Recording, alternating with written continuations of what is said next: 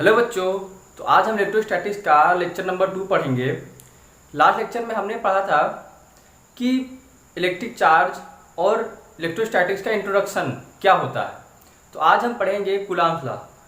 तो स्वागत है आपका मेरे चैनल पे। मेरा नाम है रोहित और आप देख रहे हैं ब्लू काइल्स लर्निंग। तो हम आज पढ़ेंगे कूलॉम्स लॉ। तो आप हेडिंग डाल लो बच्चों,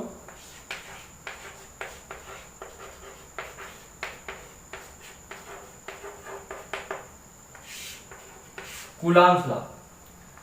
तो ये जो कूलॉम्स लॉ है ये क्या बताता है कि हाउ चार्ज इंटरैक्ट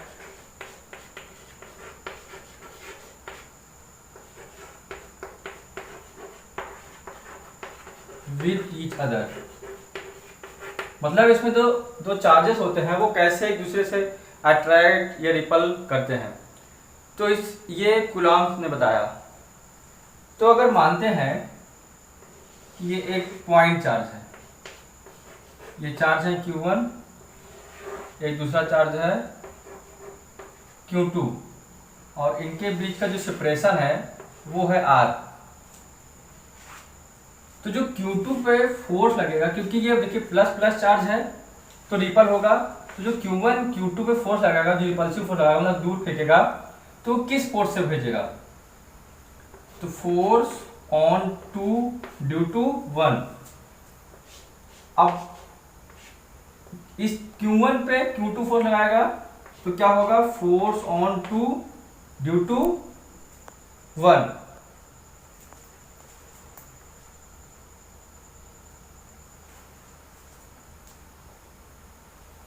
अब बच्चों आपको ये ध्यान रखना है कि this force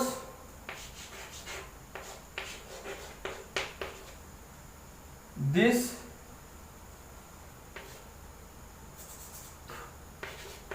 should be point charge।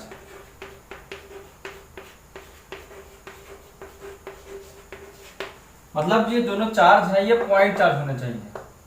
ठीक है, इसके आगे हम डिस्कस करेंगे डिटेल में कि क्या होता है। तो अगर फोर्स की बात करें तो F12 और F21 ये इक्वल होगा। मतलब एक काम करें, मॉड ले लेते हैं, तो क्या होगा? ये इक्वल होगा एक दूसरे को। डायरेक्शन तो बाद में लिखेंगे लेकिन फोर्स तो इक्वल होगा। ठीक है, पहले चलिए इसको ऊपर साफ करते हैं, फिर थोड़ा लिखते हैं। आप इसको नोट कर लीजिए।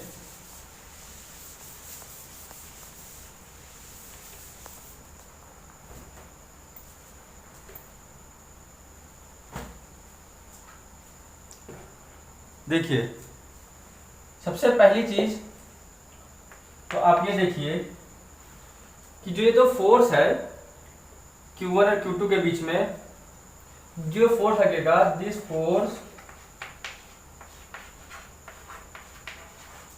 acts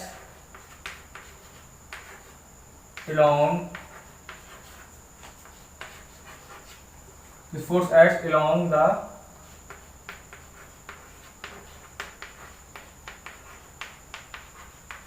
the line joining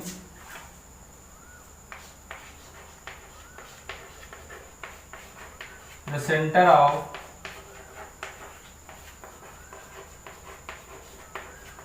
two charges।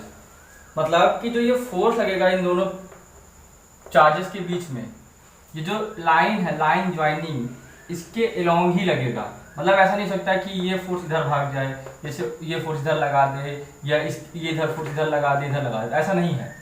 ये सिर्फ सेंटर के अलोंग ही ये फोर्स लगेगा।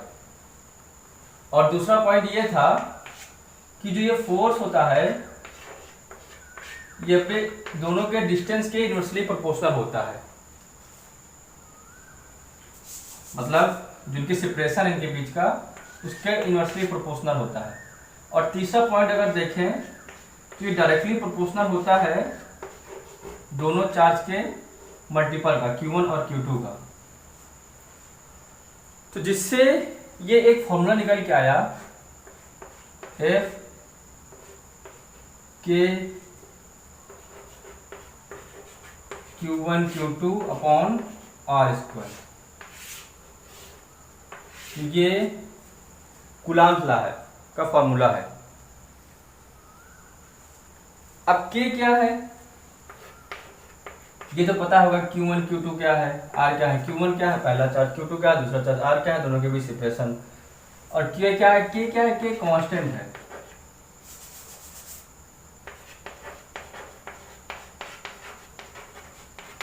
इन दोनों के बीच का कांस्टेंट है।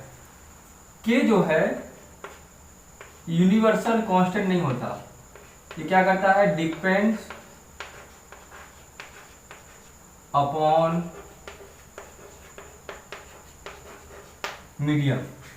ये मीडियम पे डिपेंड करता है, मतलब पानी के लिए अलग होता है, माइका के लिए अलग होता है, ये सब चीजों के लिए अलग करता है। ठीक है, और K की वैल्यू क्या है, K की वैल्यू अगर निकालें तो क्या होगा, 9 × 10⁹ 9। अब K का यूनिट निकालें तो क्या होगा, फोर्स यूनिट क्या होती है, न्यूटन। ये सेपरेशन है, ये मीटर में आ जाएगा, स्क्वायर है तो न्यूटन मीटर स्क्वायर, और ये चार्ज इसकी यूनिट क्या होती है, कूलाम, न्यूटन मीटर स्क्वायर पर कूलाम स्क्वायर। ये क्या है, K की वैल्यू है। ठीक है, और K क्या होता है, K = 1/4πε0 सॉरी 1/4πε0 होता है। अब यहाँ पर ε0 क्या होता है, ये क्या होता है, परमिटिविटी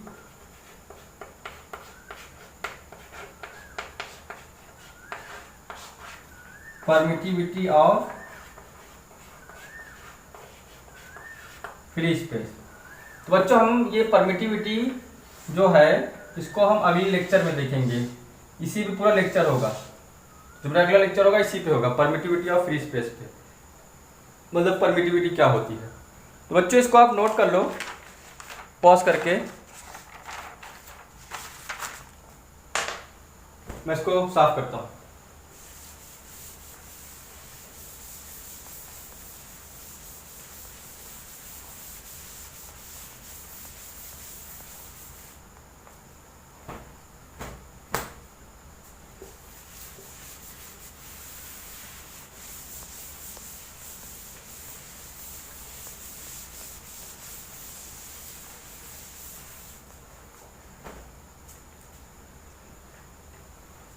तो बच्चों आपने जो फोर्स देखा था 1/2, तो क्या है, ये इनवर्स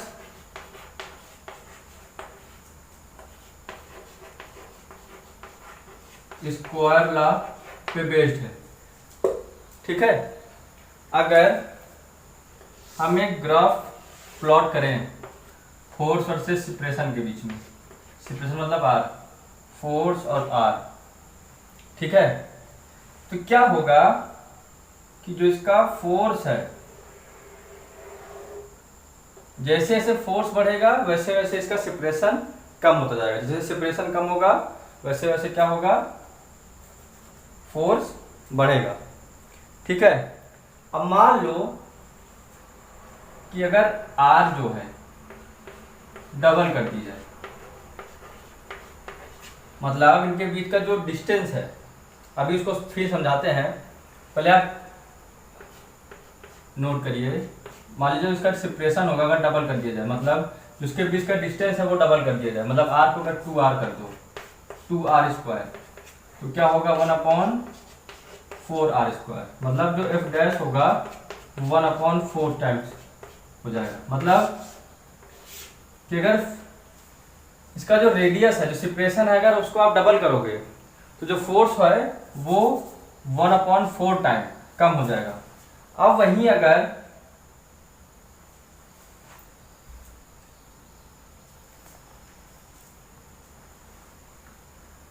R को हाफ कर देते हैं, ठीक है, वहां डबल किया, अगर R को हाफ कर देते हैं, मतलब इसका रेडियस, इसका सेपरेशन अब कम कर देते हैं, तो क्या होगा, F dash equal to double half करेंगे तो क्या होगा 1 अपॉन आर की जगह 1 अपॉन 2 आर स्क्वायर, मतलब ये ऊपर आ जाएगा स्क्वायर में तो 4 अपॉन आर स्क्वायर, मतलब कि एफ डैश जो हो जाएगा वो 4 टाइम्स बढ़ जाएगा। तो इसका मतलब बच्चों ये समझते हैं, मान लीजिए 2 पॉइंट चार्ज है, ठीक है, अगर इनकी डिस्टेंस डबल कर दी जाए, मतलब इनकी जो सेपरेशन है डबल कर दी जाए, मतलब यहाँ थे अब डबल कर दिया जाएगा, तो इनके बीच का जो फोर्स है वो क्या होगा, कम हो जाएगा, वो भी कितना 4 गुना, ठीक है। अगर ये यहाँ पर रखे हैं, अब इनके क्या है, इनका जो सेपरेशन है वो कम कर दिया जाए, आधा कर दिया जाए, मतलब अगर ये 2 मीटर पर रखे हैं तो 1 मीटर पे कर दिया जाए, तो क्या होगा कि इनके बीच का फोर्स क्या होगा 4 गुना बढ़ जाएगा, ठीक है। तो ये ग्राफ जो है प्लॉट करके बताता है यहीं पर, तो आप इसको नोट कर लीजिए।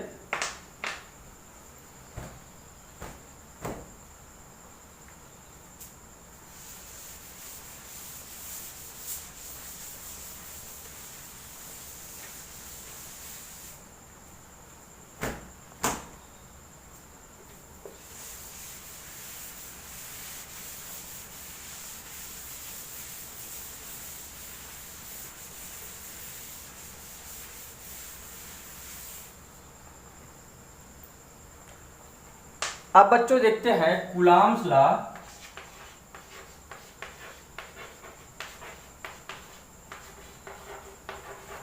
इन वेक्टर फॉर्म।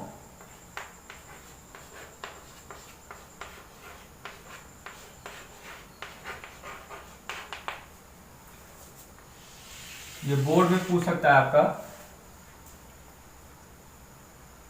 तो मान लेते हैं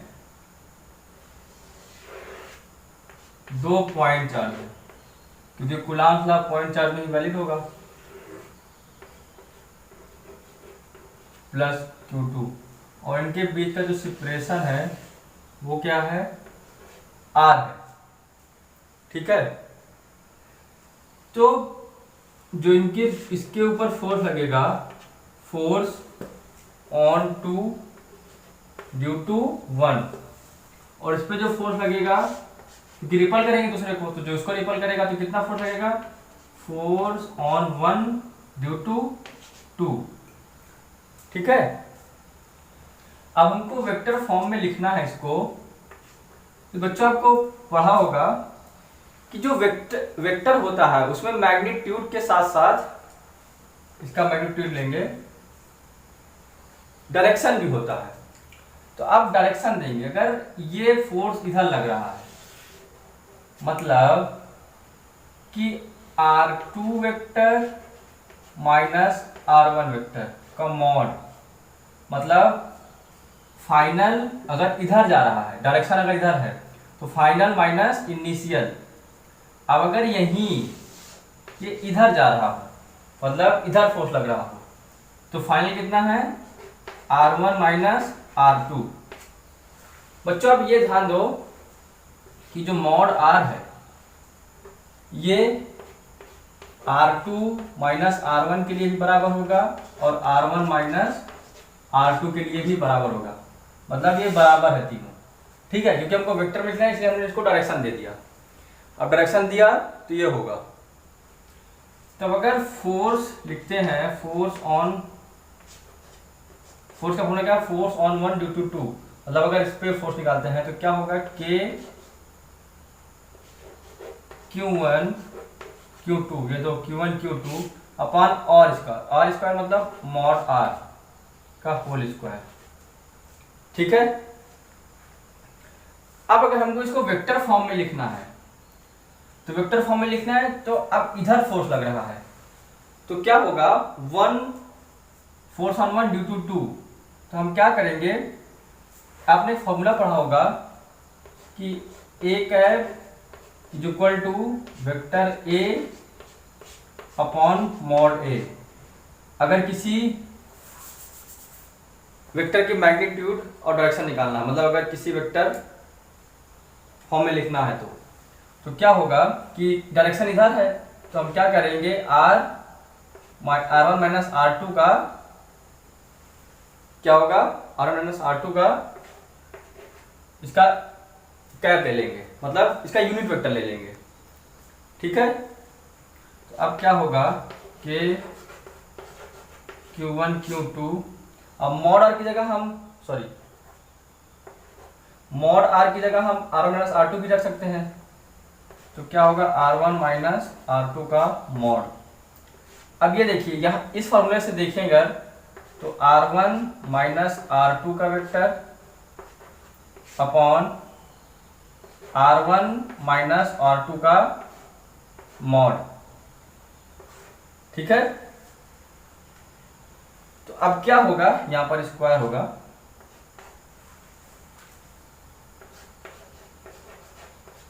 Q1 Q2। अब क्या ये दोनों सेम है मॉड मॉड, तो इसको क्या करेंगे, मल्टीप्लाई कर देंगे। R1 माइनस R2 मॉड का होल क्यूब और R1 माइनस R2। तो F ये फोर्स ऑन 1 ड्यू टू 2 ये वेक्टर फॉर्म में होगा। ठीक है, तो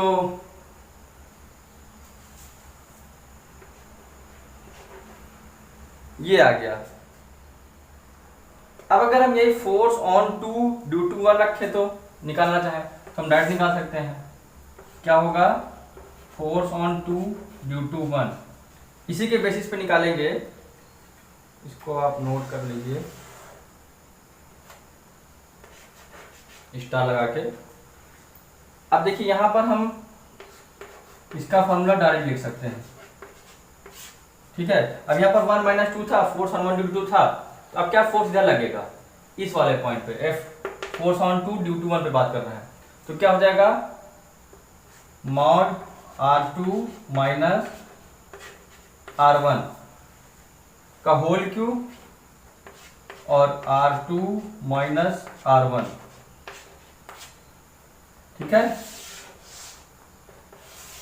ये हो जाएगा फोर्स ऑन 2 ड्यू टू 1। तो क्या है ये, this is in vector form, मतलब कि कूलॉम्स लॉ वेक्टर फॉर्म में ऐसे आप लिख सकते हैं। तो आप बच्चों इसको नोट कर लो।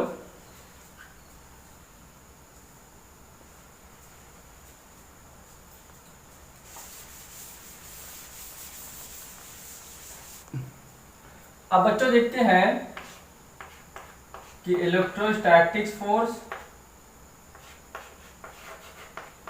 F K Q1 Q2 upon R square और ग्रेविटेशनल फोर्स के बीच में सिमिलरिटी क्या है। ये दोनों भी दो चार्ज के लिए बात करते हैं, ये चार्ज के लिए बात करते हैं, मास के लिए बात करते हैं। अब बच्चों समझते हैं सिमिलरिटी क्या है दोनों में।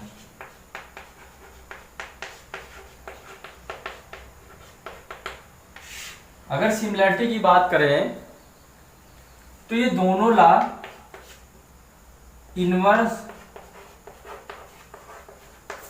स्क्वायर लॉ को फॉलो करते हैं। मतलब कि F proportional to 1 upon R square. और अगर दूसरे पॉइंट की बात करें तो दूसरा पॉइंट क्या है, both force acts along the line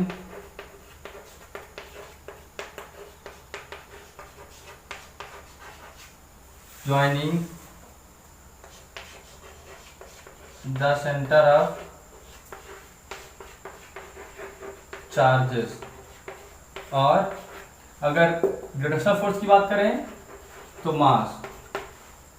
मतलब कि अगर कोई भी दो पॉइंट पे अगर फोर्स लग रहा है तो वो क्या होगा कि उस जो सेंटर की लाइन जॉइनिंग होती है उसके अलोंग लगेगा। ठीक है। अब अगर डिफरेंसेस की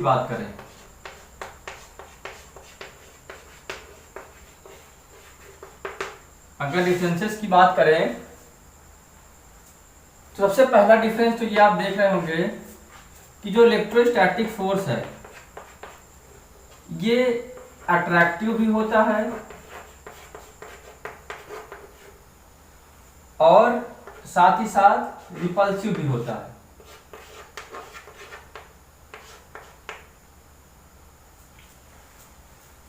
स्पेलिंग ही गलत हो जा रही है। साथ ही साथ क्या होता है, रिपल्सिव भी होता है। और जो ग्रेविटेशनल फोर्स होता है ओनली अट्रैक्टिव, मतलब जब दो मास पास पास आते हैं तो एक दूसरे को अट्रैक्ट करते हैं, वो रिपल नहीं करते। ठीक है। और अगर दूसरे पॉइंट की बात करें, आ तो जाएगा इसमें, दूसरे पॉइंट की बात करें तो जो Fg होता है ग्रेविटेशनल कांस्टेंट क्या होता है, ये क्या होता है,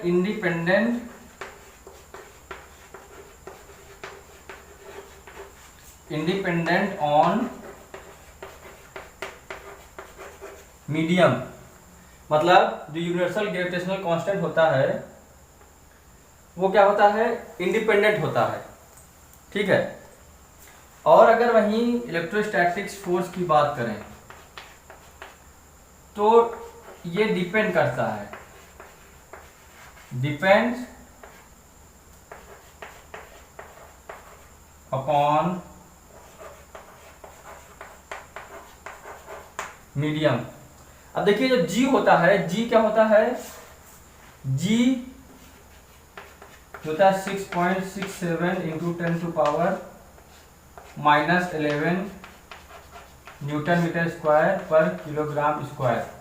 जो G होता है ये यूनिवर्सल ग्रेविटेशनल कांस्टेंट है, मतलब ये पूरे यूनिवर्स में कांस्टेंट होता है, ये कभी बदलता नहीं है।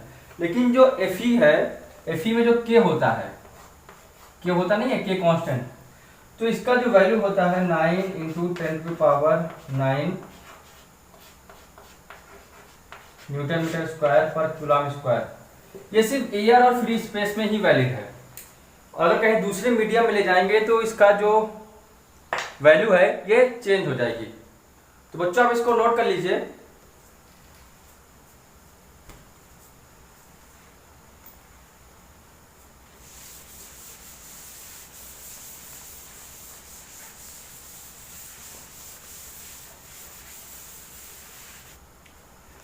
बच्चों क्वेश्चन लिखते हैं, find ratio of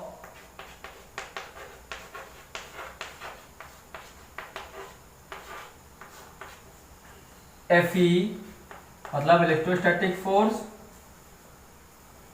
to gravitational force यानी कि Fg फॉर two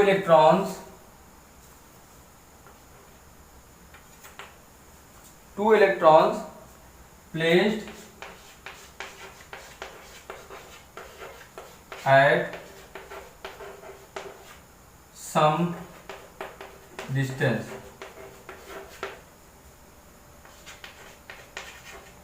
मतलब कि जो इलेक्ट्रोस्टैटिक फोर्स है और जो ग्रेविटेशनल फोर्स है इन दोनों का रेशियो निकालना है। तो सबसे पहले हमको क्या क्या पता है, चार्ज ऑन इलेक्ट्रॉन वो कितना होता है 1.6 इंटू 10⁻⁻19 कूलम। और बच्चों ये माइनस में होता है, ये आप ध्यान रखना। ठीक है। और हमको क्या चाहिए, इलेक्ट्रॉन पूछा है, तो इलेक्ट्रॉन चाहिए तो इलेक्ट्रॉन का हमको मास भी चाहिए होगा। तो मास ऑफ इलेक्ट्रॉन कितना होता है 9.1 इंटू 10⁻31 किलोग्राम। और ग्रेविटेशनल कांस्टेंट की भी वैल्यू चाहिए होगी। तो G की वैल्यू क्या है जी की वैल्यू है 6.67 इंटू 10⁻⁻11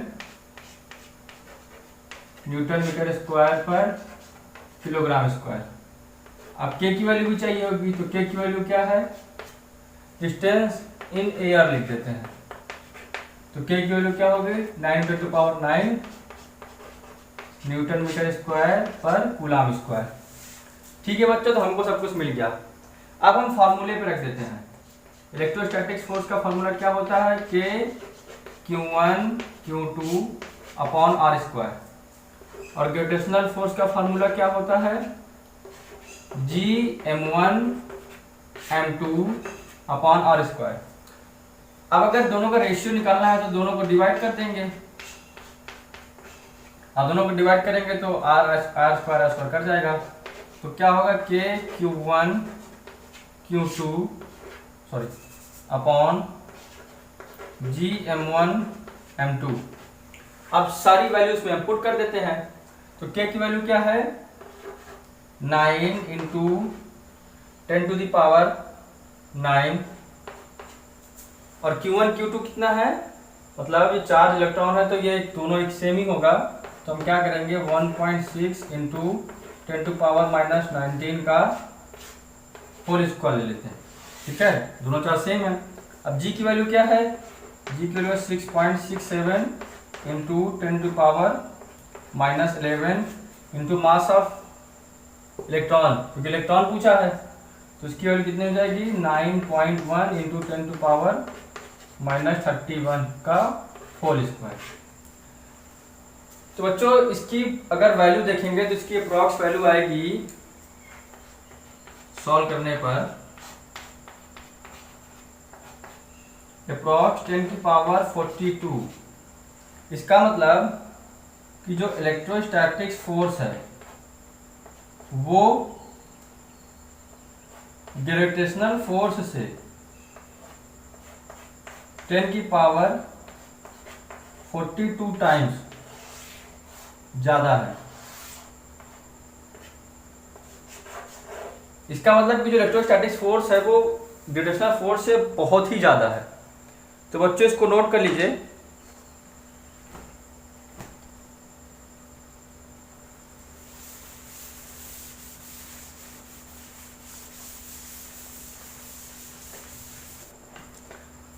आइए बच्चों दूसरा क्वेश्चन देखते हैं।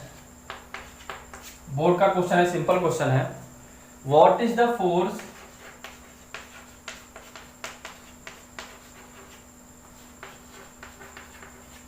between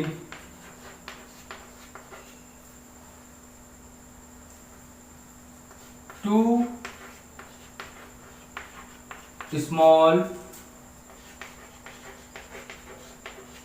charged spheres having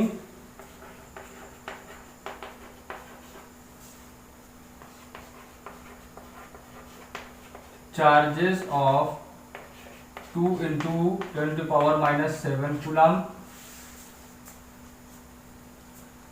and 3 into 10⁻⁻7 coulomb placed 30 centimeter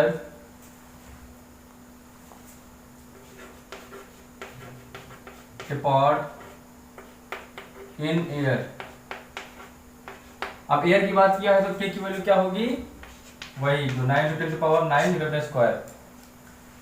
तो अब देखिए यहाँ पर आपको क्या क्या दिया है, इसे पूछा क्या है पहले समझिए।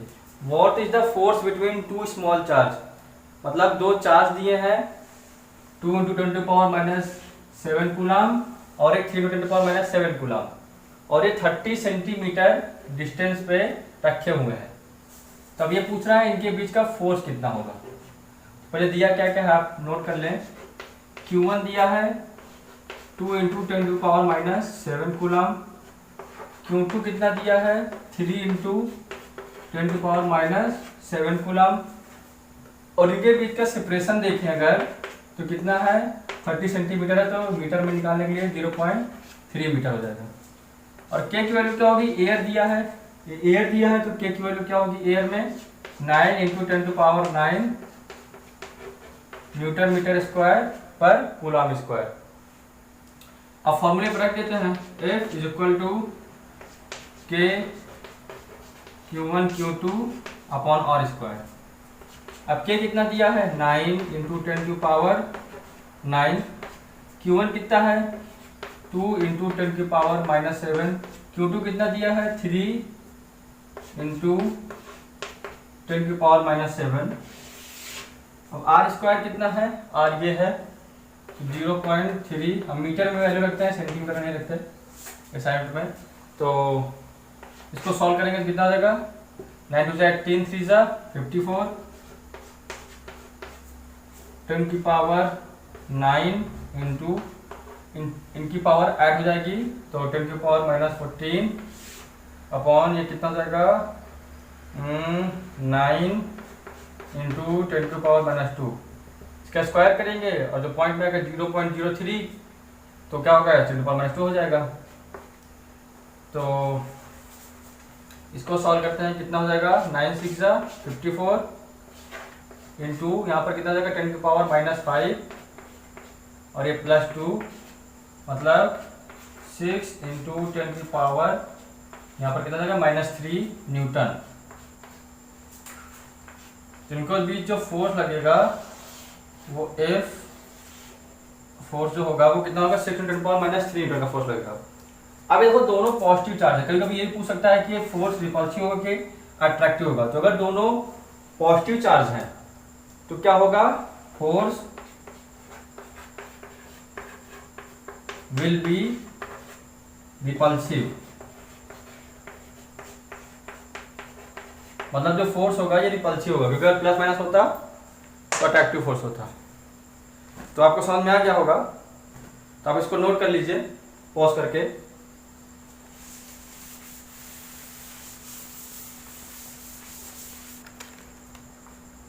अब बच्चों पढ़ेंगे लिमिटेशंस ऑफ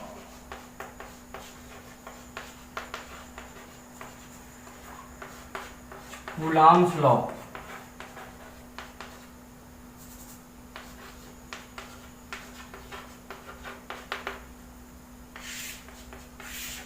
मतलब कूलम्स लॉ की लिमिटेशंस क्या क्या है। सबसे पहला है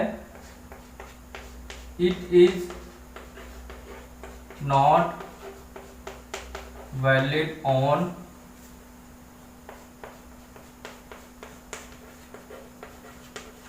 एक्सटेंडेड चार्जेस।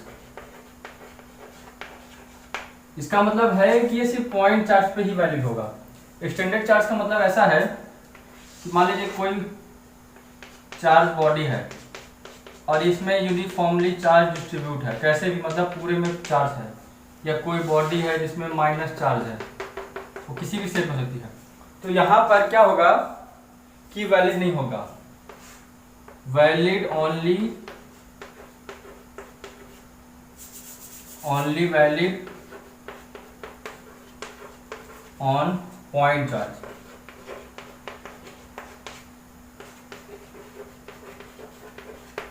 ठीक है। और अगर दूसरे पॉइंट की बात करें तो ये वैलिड तब होगा जब both charge are on rest तो वैलिड होगा। और अगर बोथ चार्ज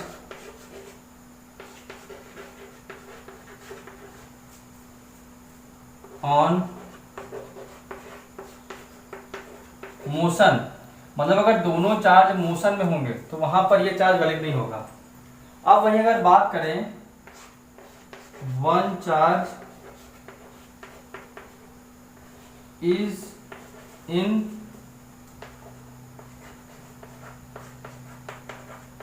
मोशन और वन चार्ज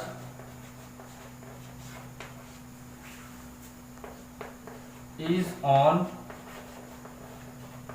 रेस्ट, तो यहां पर भी वैलिड होगा। मतलब अगर दोनों चार्ज रेस्ट पर हैं तो कूलम्ब्स लॉ वैलिड है। अगर दोनों चार्ज मोशन में है, मतलब दोनों चार्ज मूव कर रहे हैं वो किसी वेलोसिटी से, तो यहाँ पर इनवैलिड है। और अगर एक चार्ज मोशन में है और एक चार्ज रेस्ट पे है तो वहां पर कूलम्ब्स लॉ वैलिड है। ठीक है बच्चों, तो इसको आप नोट कर लीजिए।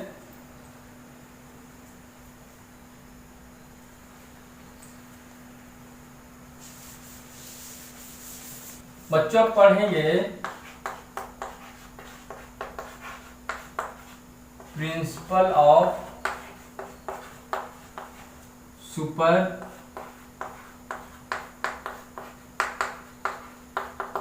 पोजीशन। ये बोर्ड में बहुत पूछता है। तो मान लीजिए एक चार्ज है Q1, एक चार्ज है Q2, तो फोर्स ऑन 2, तो 2 पे फोर्स लगेगा वो क्या होगा, फोर्स ऑन 2 ड्यू टू 1। अब यहीं पर मान लीजिए कोई दूसरा सिस्टम है, ये एक अलग सिस्टम है।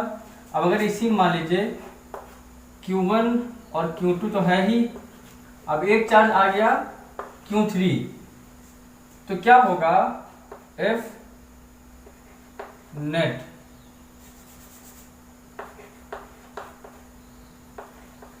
ऑन 2, मतलब जो 2 पे नेट चार्ज लगेगा वो क्या होगा कि फोर्स ऑन 2 ड्यू टू 1, मतलब जो फोर्स 2 लगेगा 2 पे 1 वाला 1 के जो लगाएगा फोर्स वो भी, और इसमें एक ये ऐड हो जाएगा फोर्स ऑन 2 ड्यू टू 3। तो जो नेट चार्ज होगा वो दोनों का वेक्टर सम हो जाएगा। और एक चीज याद रखिए कि अगर ये फोर्स था तो इसमें जो फोर्स लग गया, अब तीसरा फोर्स अगर आ गया तो वहीं पर इन दोनों फोर्स के बीच में जो फोर्स लग रहा था उसमें कोई इफेक्ट नहीं होगा।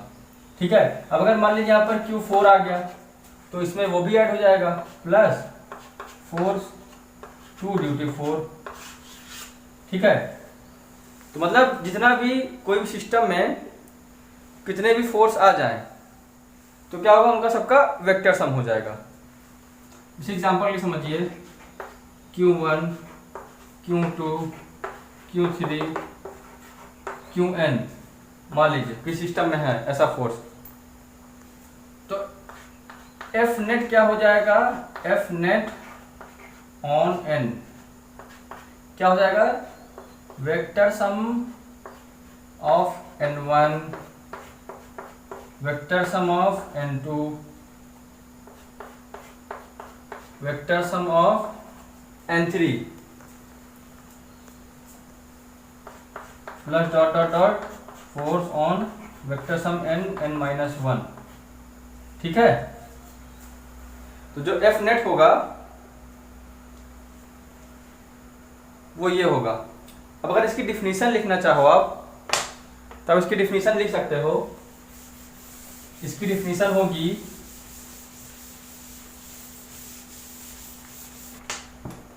इन a system of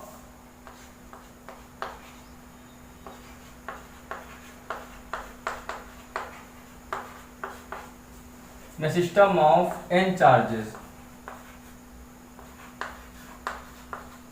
in a system of n charges,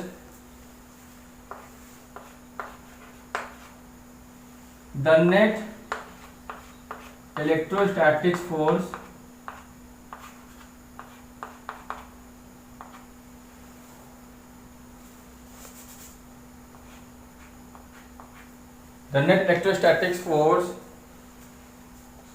on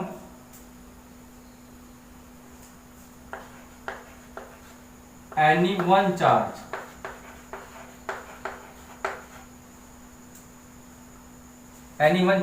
is the vector sum of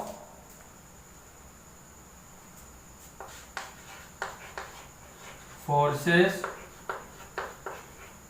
due to all remaining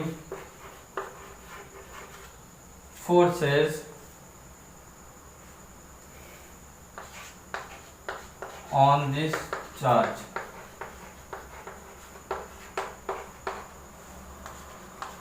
इसका मतलब ये हुआ in a system of n charges, मतलब एक n चार्ज का सिस्टम है, तो इसमें the net electrostatic force on any one charge, मतलब किसी भी एक चार्ज पे जो नेट इलेक्ट्रोस्टैटिक फोर्स लगेगा वो द वेक्टर सम होगा फोर्सेस ड्यू टू ऑल, जितने भी फोर्सेस और होंगे उसके चार्ज पे जो लगेगा तो उनका वेक्टर सम होगा, तो वो नेट फोर्स होगा। और अगर एक पॉइंट और लिखिए आप स्टार लगा के, the force between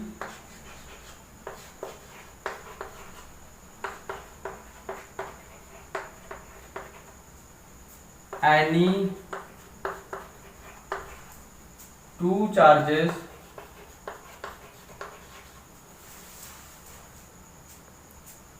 is unaltered, मतलब चेंज नहीं होगा, फर्क नहीं पड़ेगा, by the presence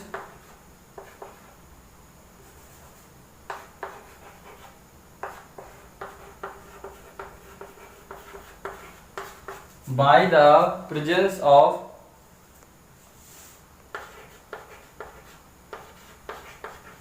any third charge. इसका मतलब ये हुआ कि जो दो पॉइंट चार्ज है, मतलब जैसे Q1 और Q2 था, तो इन पे कोई फर्क नहीं पड़ेगा, चाहे वो Q3 आ जाए चाहे Q4 आ जाए, मतलब जो इन दोनों का फोर्स लग रहा था वो फोर्स वही लगेगा चाहे जितने भी फोर्स आ जाए। बस क्या होगा कि इस पे जितने भी और फोर्स हैं उनका वेक्टर सम हो जाएगा तो नेट फोर्स निकल आएगा, ये इसका रूल है। तो आप इसको नोट कर सकते हैं, पॉज करके मैं इसको साफ करता हूं। अब बच्चों न्यूमेरिकल देखते हैं।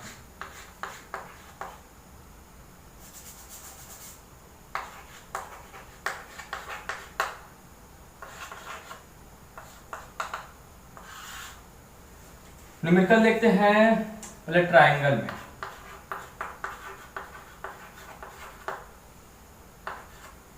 तो एक ट्रायंगल लेते हैं जो कि इक्विलैटरल ट्रायंगल है, और इसमें चार्ज है Q Q Q, ये हो गया A, ये हो गया B, ये हो गया C। अब इक्विलैटरल ट्रायंगल है तो इसकी सबकी साइड भी सेम होगी, हम L मान लेते हैं। ये 60 डिग्री होगा, इक्विलैटरल है, ये 60 डिग्री होगा, ये भी 60 डिग्री होगा, ठीक है। तो क्वेश्चन पूछ रहा है कि फाइंड द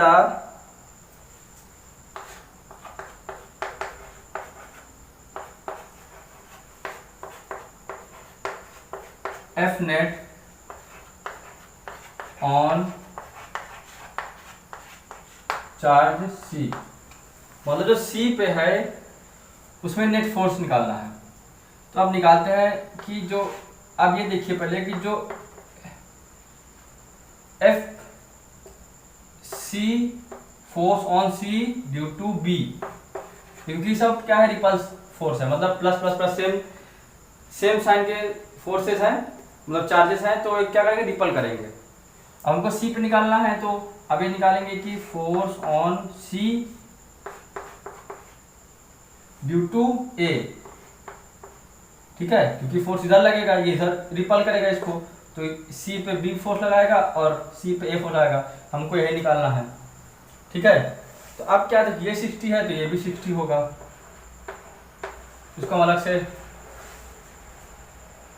प्लॉट कर लेते हैं। ये क्या होगा एफ सी बी, ये क्या है एफ सी ए, और इनके बीच का एंगल कितना है 60 डिग्री। तो एफ सी बी क्या होगा, पहले फोर्स निकालते हैं, एफ सी बी के, अब सी बी मतलब के हो गया, अब क्या Q1 और Q2, ये Q तो दोनों Q है तो होल स्क्वायर हो जाएगा, और अपॉन और स्क्वायर, दोनों के बीच डिस्टेंस क्या है L, तो अपॉन L स्क्वायर। तो आप ये देखिए कि जो ये फोर्स है ये भी फोर्स बराबर होगी, तो ये भी इसके बराबर हो जाएगा, FCA के बराबर। ठीक है, ये भी तो वही है ना के, ठीक है, q square upon l square upon r square, तो ये सेम ही हो जाएगा। तो हम इसको F मान के चलते हैं। तो क्या हमको यहाँ पर रिजल्टेंट निकालना होगा, क्योंकि फोर्स अब इधर से भी लग रहा है, इधर से भी फोर्स लग रहा है, तो ये फोर्स कहीं यहाँ पर लगेगा, है कि नहीं। तो F नेट क्या होगा, रिजल्टेंट जो होगा इसका फॉर्मूला आपने पढ़ा होगा, रिजल्टेंट का a square plus b square plus 2ab cos theta under root के अंदर, मतलब रूट के अंदर। तो F A B दोनों क्या है, F मान के रखा है, तो a square plus b square plus 2ab cos 60। अब थीटा की वैल्यू क्या है, 60 है। ठीक है, तब यहां पर हम वैल्यू पुट कर देते हैं, एफ स्क्वायर मतलब कितना हो जाएगा, 2f स्क्वायर। अब cos 60 की वैल्यू कितनी होती है बच्चों, 1/2, तो 2f स्क्वायर गुणे 1/2, तो ये 2 से 2 कर गया, मतलब 2f square plus f square, मतलब कितना हो गया 3, इधर लिखते हैं कितना हो जाएगा, अंडर रूट के 3f स्क्वायर, तो क्या होगा f√3। ठीक है, f नेट क्या हो गया, f√3। तो और f की वैल्यू कितना है, ये है, तो हम निकालेंगे f नेट, वैल्यू क्या रख देंगे, f की वैल्यू क्या है,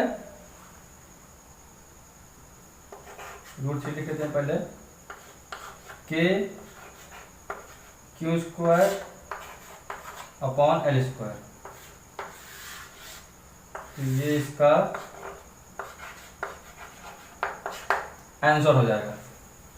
समझ में आया बच्चों, मतलब क्या पूछा था, find the F net on charge C पे पूछा था, तो सी पे क्या है, हमने force on C due to B निकाल लिया और force on C due to A निकाल लिया, तो इसको अलग प्लॉट कर लिया। अब ये इक्वेटर ट्रायंगल था, तो 60 डिग्री एंगल है, तो ये भी 60 डिग्री हो जाएगा। तो अब एफ सी बी निकाल लेंगे, एफ सी बी आ जाएगा के क्यू स्क्वायर, अब क्यू क्या है, ये क्यू ये है, क्यू ये है, तो क्यू के बराबर, तो q square upon r square, r कितना है, एल स्क्वायर। अब equal to F C A भी वही होगा, निकालेंगे, तो इनको एफ मान लेते हैं और उसके बाद फिर एफ रिजल्टेंट निकाल लेंगे, तो क्या हो जाएगा, ये पूरा फॉर्म रखेंगे तो ये आ जाएगा। तो अब इसको पॉज करके नोट कर लीजिए, मैं इसको साफ कर देता हूं।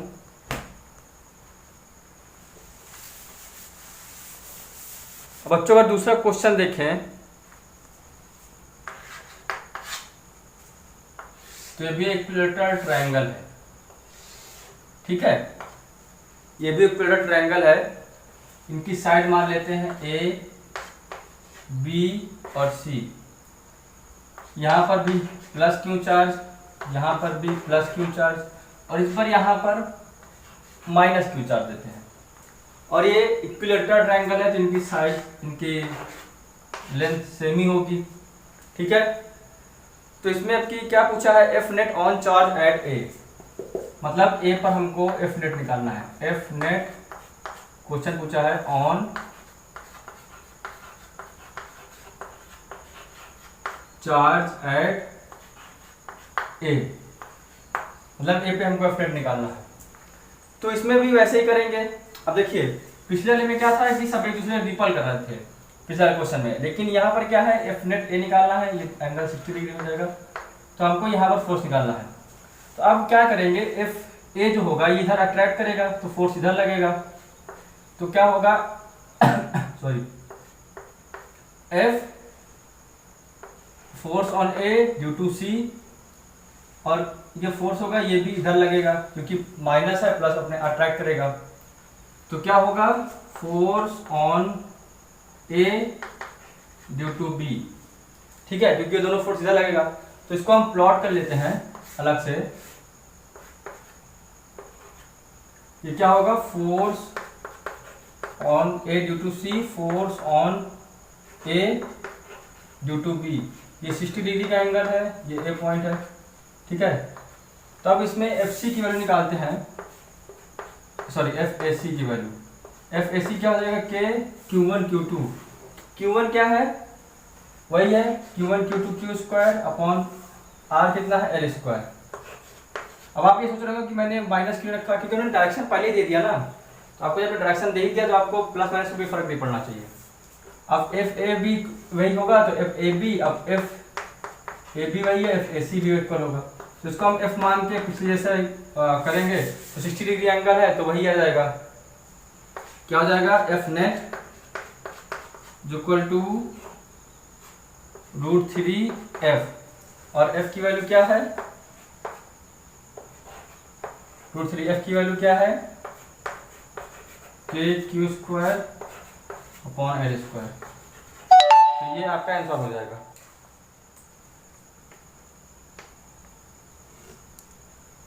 तो बच्चों ये आपका आंसर हो गया।